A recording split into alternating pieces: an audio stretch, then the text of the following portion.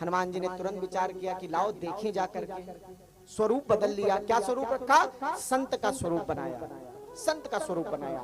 और संत के स्वरूप में यानी कि ब्राह्मण देव का स्वरूप बना करके उनके सुंदर कुटी के सामने जाकर के हमारे हनुमान जी खड़े हो गए।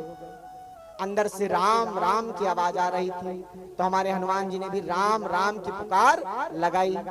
वो कुटिया किसकी थी? विभीषण जी महाराज जी की। विभीषण जी ने कहा, अरे एक लौते हम राम बोलने वाले इस लंका में थे, हमारा दूसरा भाई कौन आ गया? विभीषण जी तुरंत बाहर आए, तुरंत बाहर आए।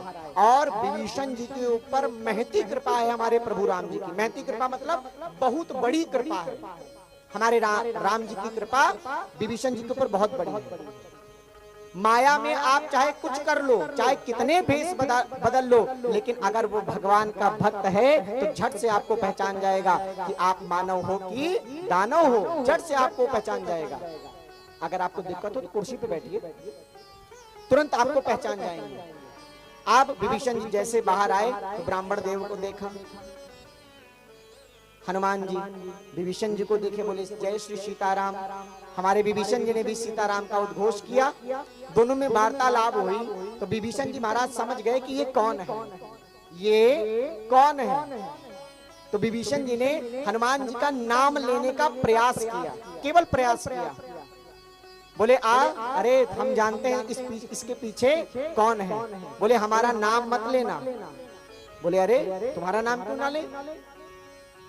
बोले हमारा नाम लेने से आपको भोजन नहीं प्राप्त होगा, हमारा नाम लेने से आपको भोजन नहीं प्राप्त होगा। अब भाई विभीषण जी ने विचार किया कि हनुमान जी का नाम लेने से अगर भोजन नहीं प्राप्त होगा तो हम दूसरे दिन खाएंगे क्या? प्रातः ले जो नाम हमारा, प्रातः ले जो नाम हमारा, दिन ताहि ना मिलई आहारा, दिन ताहि ना मिलई आहारा। हमारा अगर नाम लोगे तो आपको आहार की मुख देखने को नहीं मिलेगा, भोजन देखने को आपको नहीं मिलेगा। लेकिन यहाँ पर इसके दो अर्थ हैं।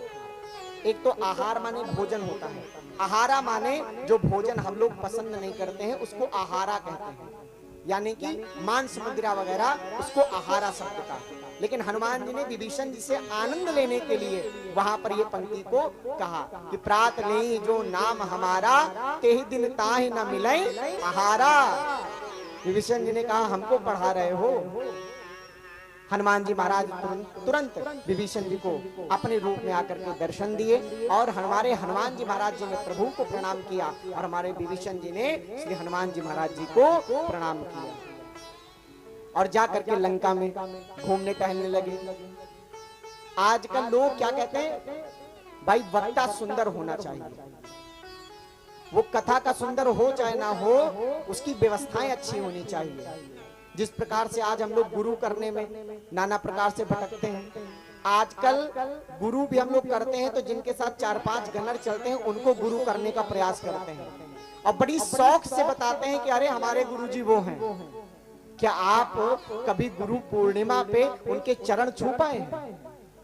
कभी गुरु पूर्णिमा पे आप उनके चरण छू पाए हैं?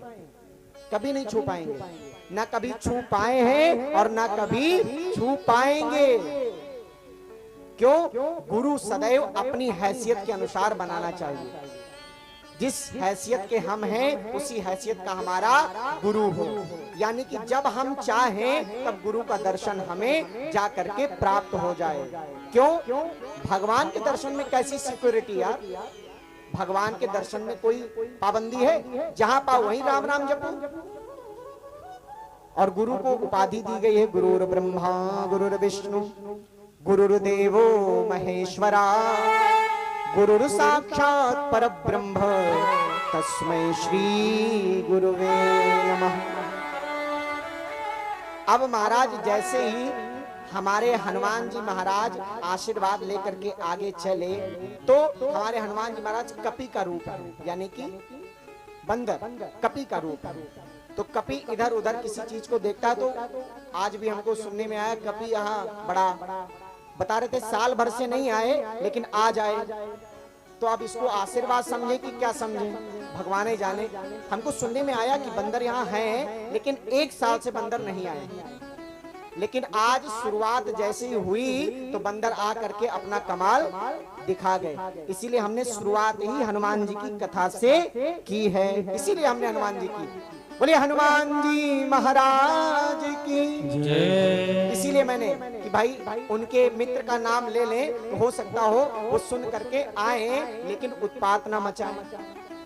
और वैसे भी प्रथम श्रोता हमारे हनुमान जी महाराज हैं। और जो प्रथम श्रोता हो, अगर उसका आप थोड़ा जय जय कर दीजिए तो फिर आने वाले दिनों में अब्सेंट नहीं होता है, अब्सेंट नहीं होता है। अरे पंडित जी तो हमारे ऊपर भी कथा बोलते हैं।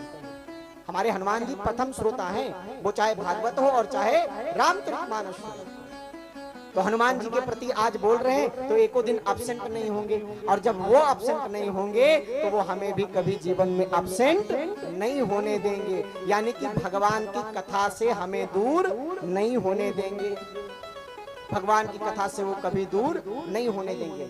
आप किसी के प्रति कुछ अच्छा करके देखिए, एक बार आप अच्छा करोगे तो वो बार बार आपसे अच्छा कराने का प्रयास करेगा, और फिर ना चाहते हुए भी आपको बार बार अच्छा करना पड़ेगा। और हनुमान जी ने अगर मुझे आशीर्वाद दे दिया कि भैया आ जाए नहीं तो हमेशा कथा सुनाते रहो, इस रास्ते से कभी अलग मत जाना, तो हनुमान जी का आशीर्वाद लग जाएगा तो हमारा आप सबका कल्याण हो जाएगा।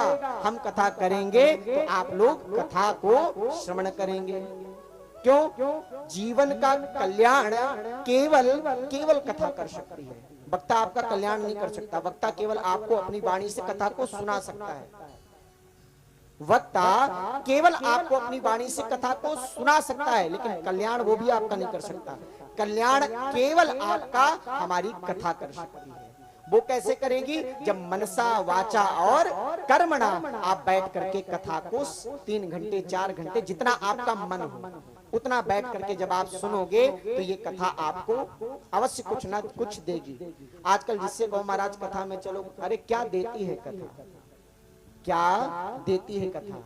कथा आपको वो दे देगी जो समाज में आप सर पटक करके मर जाओगे, लेकिन वो कथा आपको जो दे देगी वो आपको समाज कभी जीवन में नहीं दे पाएगा, कभी जीवन में नहीं दे पाएगा वो कथा। और कौन सी कथा? अरे जय जय राम कथा हो, जय श्री राम कथा, जय जय राम कथा, जय श्री राम कथा,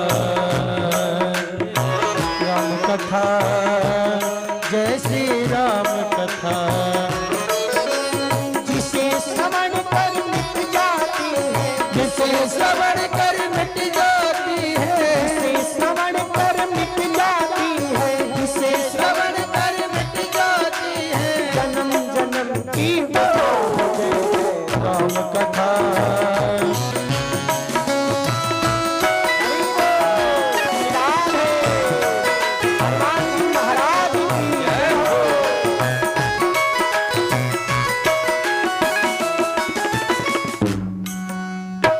राम कथा सुंदर करतारी, संसदी हद उड़ावन हारी। राम कथा सुंदर करतारी, संसदी हद उड़ावन हारी। राम कथा सुंदर करतारी, संसदी हद उड़ावन हारी। राम कथा सुंदर करतारी, संसदी हद उड़ावन हारी।